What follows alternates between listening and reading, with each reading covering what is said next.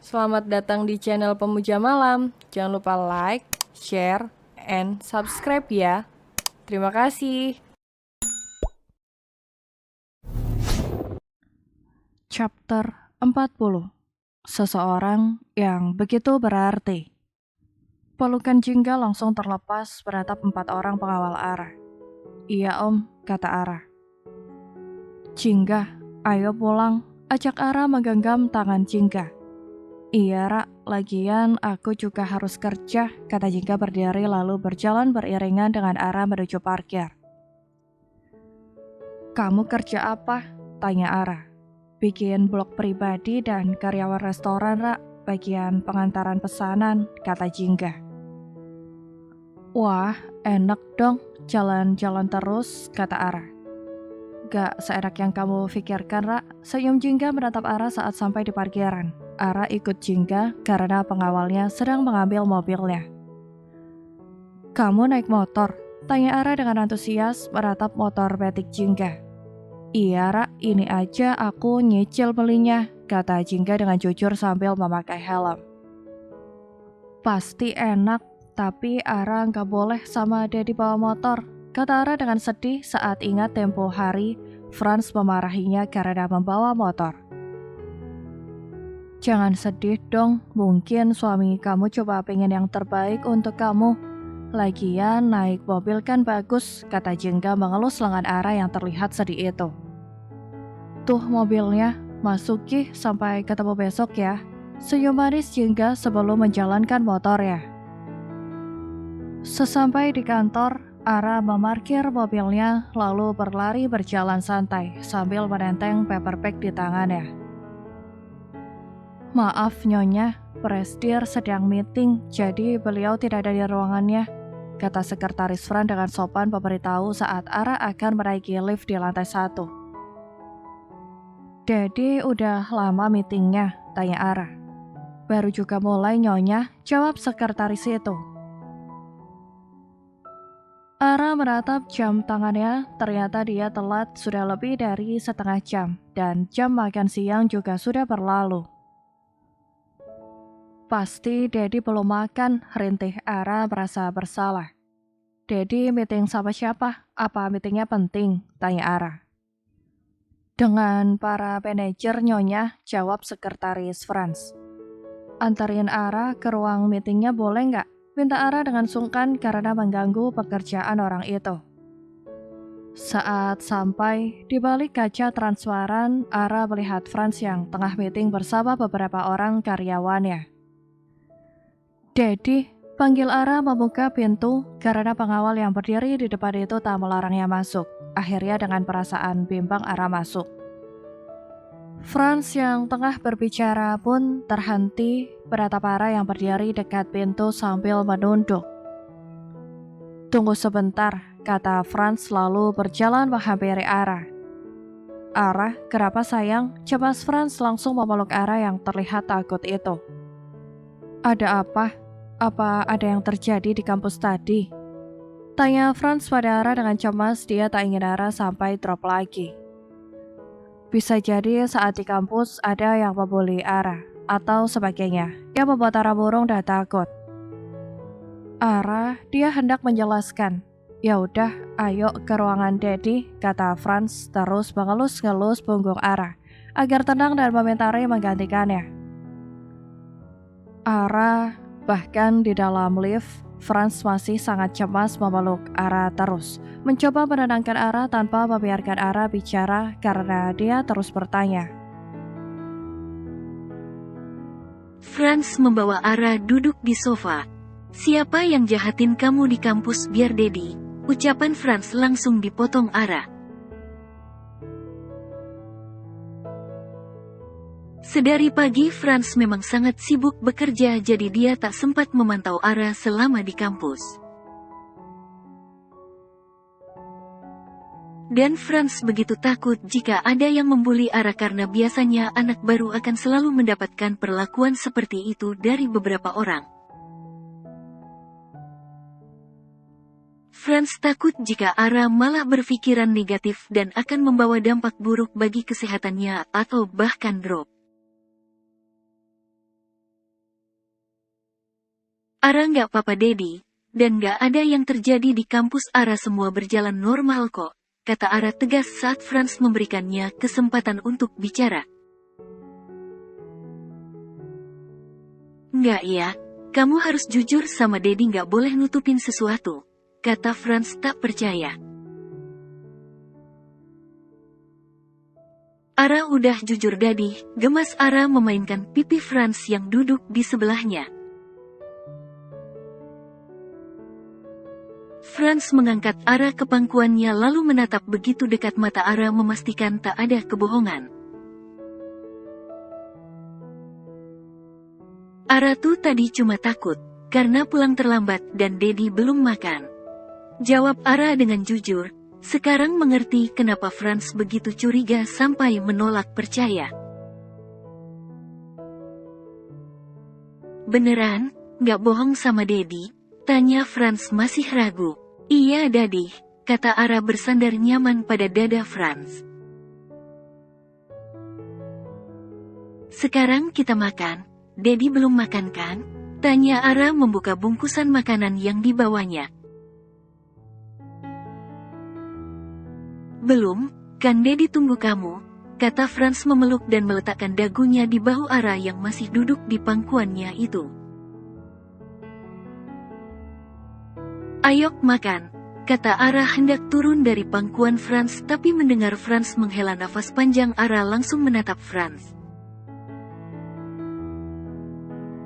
Dedi kenapa? Capek? Ara yang masih duduk miring di pangkuan Franz itu duduk tegap lalu menyandar kepala Franz ke dadanya. Lelah banget sayang, keluh Franz bersandar nyaman menikmati setiap pijitan dan elusan lembut Ara di kepalanya.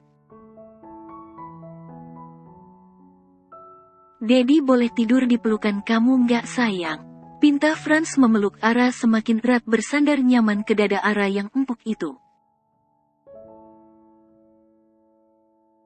Memang hari ini rasanya cukup melelahkan bagi Franz. Boleh tapi Dedi makan dulu ya, kata Ara menyuapi Franz. Udah sayang, Dedi udah kenyang, kata Franz lesu rasa lelah membuat perutnya tidak lapar tapi ingin istirahat. Gimana kalau kita pulang aja Dedi? Ajak Ara. Nggak bisa sayang. Nanti jam 4 Dedi Ara meeting lagi yang sama sekali tak bisa diwakilkan. Jadi biarkan Dedi tidur sebentar ya, rasanya sangat lelah, kata Franz yang sudah memejamkan mata. Dedi tidurnya barbering ya biar nyaman, kata Ara berpindah duduk di sofa panjang lalu Franz dengan patuh dan tidur menjadikan paha Ara bantalnya. Tidurlah, kata Ara lembut mengelus-ngelus kepala Franz. Jangan tinggalin Dedi ya, temenin Dedi, kata Franz mengecup tangan Ara.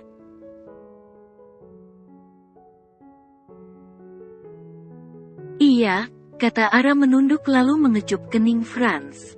Ara mengelus kepala Franz dengan sayang dan juga iba melihat Franz yang terlihat sangat kelelahan. Sudah hampir 1 jam berlalu Ara masih tetap melakukan hal yang sama mengelus kepala Franz walaupun dengan segala pikirannya. Makasih ya Dedi, udah jadi seseorang yang begitu berarti dalam hidup Ara. Bahkan saking berartinya Dedi di bawah alam sadar Ara aja Dedi masih hadir. Lirih Ara lalu mengecup lagi pipi Franz yang sudah tertidur pulas itu. Kiai HMMM, Ray dan bersama teman-temannya yang baru saja membuka pintu benar-benar melihat Ara mengecup pipi Franz. Kakak, kata Ara tersenyum malu saat teman-teman Franz menggodanya lewat tatapan. Kau sedang memutilasi Franz, kekeh Mark bertanya. Enggak kok, jawab Ara dengan malu. Ayo masuk Kak, kata Ara dan mempersilahkan mereka duduk tetapi ada penambahan anggota kali ini. Aku juga ingin dimanjain kayak gitu. Ucap Ray menatap Franz yang masih tertidur manja di pangkuan Ara.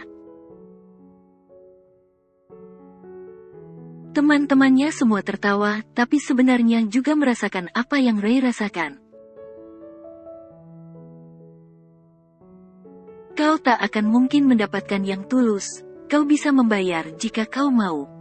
Jawab Ricard yang membuat Ray terdiam. Karena memang para wanita yang ada sama Ray hanyalah mengharapkan uangnya tanpa ada sebuah ketulusan. Kak Ray, jangan sedih. Ara ada teman baru yang sangat cantik dan... Siapa? Tanya mereka bersamaan memotong ucapan Ara. Jingga. Wah, namanya saja estetik apalagi orangnya. Ucap Mark menghayal.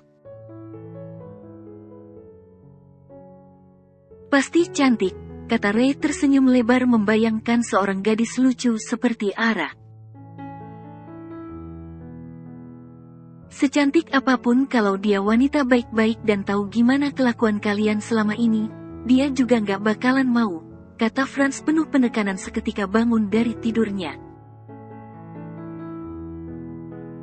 Teman Franz mengepal tangan begitu emosi mendengar emosi ucapan Franz yang sama sekali tak berperasaan bahkan melukai perasaan teman-temannya kali ini.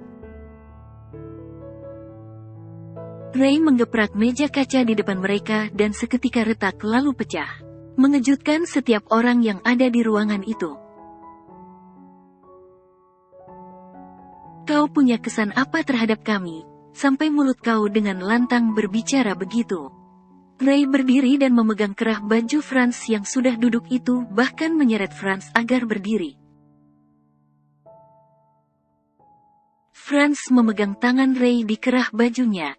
Untuk kalian semua, sudah sejak dulu bahkan sampai saat ini aku masih terus mengingatkan.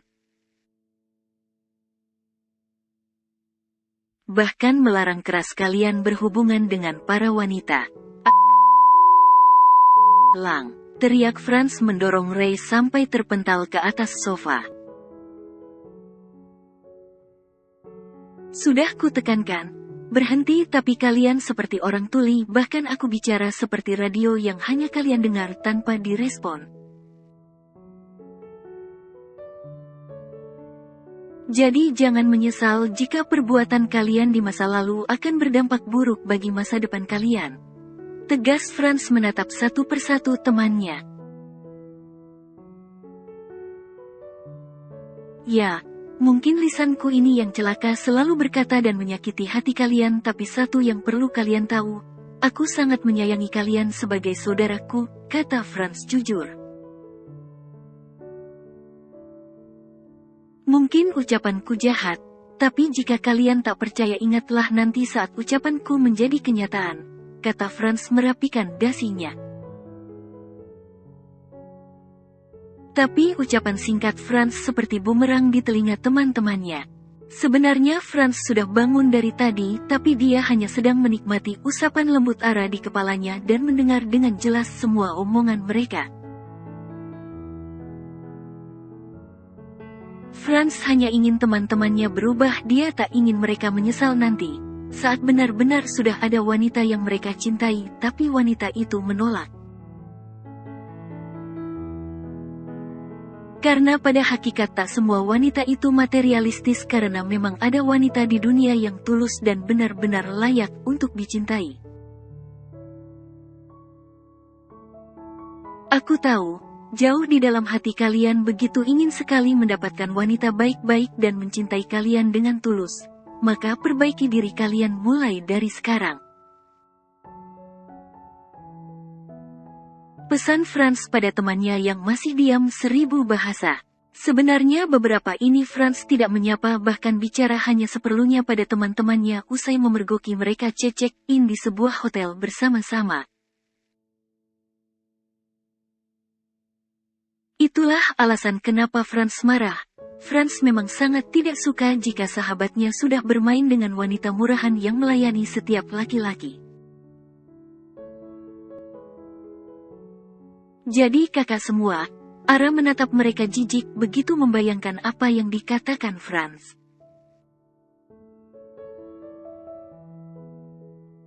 Ara, enggak, kata Ray gentar. Sudah sayang, ayo kita pulang. Ajak Franz menggenggam tangan Ara.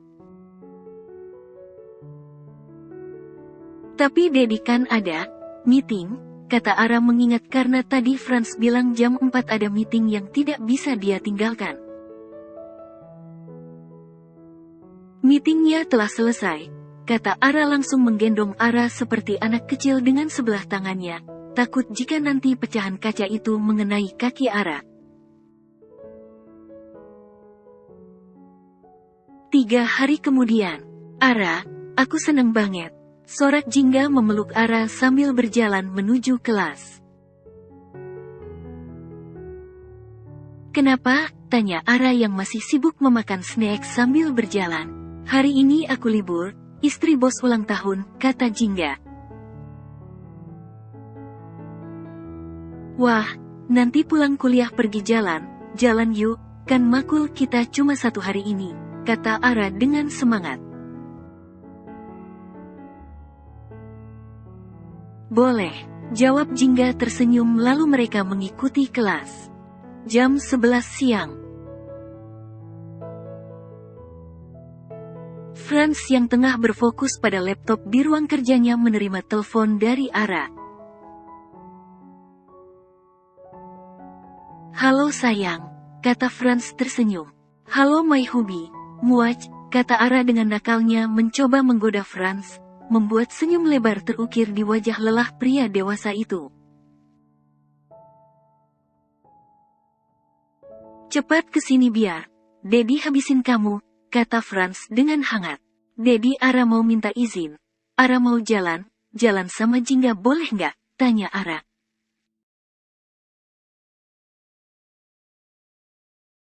Nggak boleh, kata Franz tanpa pikir panjang.